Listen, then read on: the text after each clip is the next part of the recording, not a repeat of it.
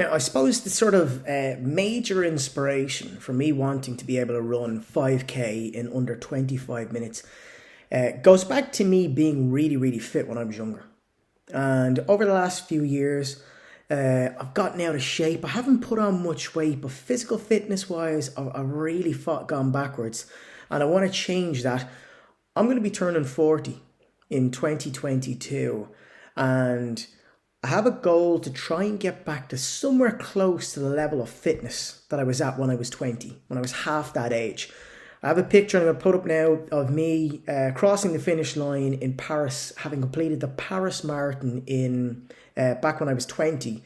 And I'll probably not be able to get back to that fitness level because I was very, very fit, but I want to get somewhere close to it. And that's a major motivator for me in trying to complete this 15 or 5K in 25 minutes, less than 25 minutes.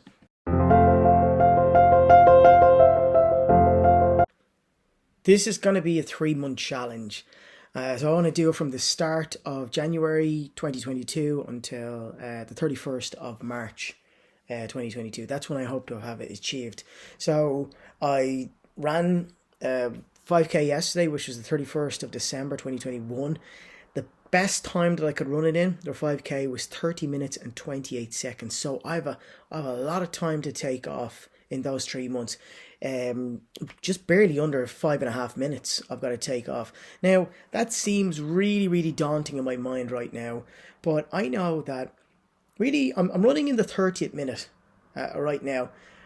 All I need to go from the 30th to the 24th minute, it seems really, really daunting, but I know I just need to focus on going from the 30th minute to the 29th minute.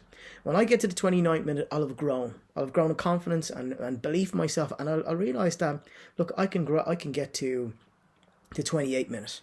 And when I'm at the 28th minute, I'll have no doubt that I can get down to the 27th minute and 26th and 25th, and eventually I'll be in the 24th.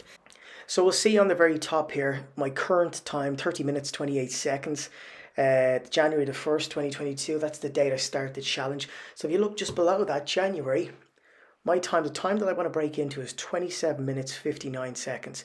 February, I hope to have achieved the run in 26 minutes, 29 seconds. And in March, I hope to have achieved it by 24 minutes and 59 seconds. So that'll be the goal achieved by the 31st of March. What I've told you now, that's all the plan.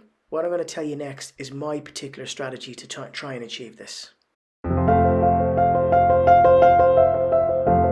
First things first, with our strategy, we want to have a start date and a finish date. That's hugely important. I've written 5 things down here that are part of my strategy. Number 1 is I'm going to run every second day. So I'm going to run the day after that, I'm going to rest and recover, then I'm going to run, rest and recover, and so on. Number 2, I'm going to mix up my training. So there'll be sprints, I'll be doing long runs, and I'll be doing ab sessions as well, because strengthening your core is really important when it comes to running. Number 3 is I'm going to speak to people who've already done it. People who are more experienced runners, people who run 5K in less than 25 minutes in their sleep. I'm going to speak to them, find out what I can learn from them, find out what is it that they do that I don't do, that I'm not even aware of. What can I learn from them to help me take some leaps forward? 4th is I'm going to plan my sessions in advance. It's been scientifically proven that people who, for example, plan their training sessions a week in advance and say, on Tuesday morning, I'm going to run 3K.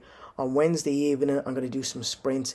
They're much more likely to follow through than somebody who says, I'm going to run more regularly. I want to get fitter, vaguer, things like that. Plan each session in advance. The last thing is I'm going to try and make things as easy as possible for me to do. And this is one of the keys to habit formation. And probably the example that they use with habit formation is somebody who wants to run more regularly, particularly run in the morning.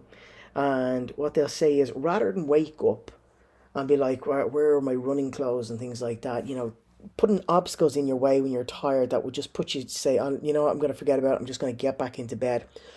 I'm going to have all my running gear in one place. I'm going to have it laid out in advance. So if I'm getting up early to go for a run, it's going to be as easy as possible for me to get out of bed, get my training gear on, and out the door.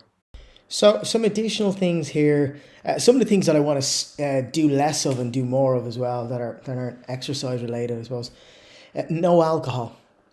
Alcohol really, I don't feel like exercise. I don't feel like running after alcohol. So that's got to go for a while. Chinese food, it's the same thing. I don't really feel like running the day after Chinese. I feel bloated and sort of inflamed. And I eat way too much Chinese food. So me taking a good long break from Chinese food won't be a bad idea. Less sugar. Sugar, the more I learn about sugar, the more I realize that sugar is not just bad for our body, but really bad for our brain as well. So it's not practical to think I'll have no sugar, but I'm going to try and actively eat less. Vegetables. I want to eat more vegetables, get some more micronutrients into my body to help with energy and repair as well. And then improve sleep routine. I want to try and get more sleep and more high quality sleep. So I want to put together a good routine. I mean, I'm in a pretty good routine at the moment, but I want to get better at that. And the sleep again will help with rest and recovery and help me to perform better when I run. That's the plan and the strategy that I have in place now to help me achieve my breakthrough goal of running 5K in less than 25 minutes by the 31st of March. Now, it's pretty good. I think it's pretty good. It's not perfect, but there's enough there on paper to help me get started and help me make progress. And I look to improve it as I make progress forward. And that can just act as a sample to give you an idea of what you might put down for your breakthrough, for your plan and strategy for whatever breakthrough goal it is you have. And again, don't worry about it being perfect. Just come up with the best one you can. Start to make progress. And again, this is all adaptable. It's the breakthrough goal or the vision that we have that stays concrete. How we get there can change. So once you have that all down on paper, we can move on to the next section in the resilience video.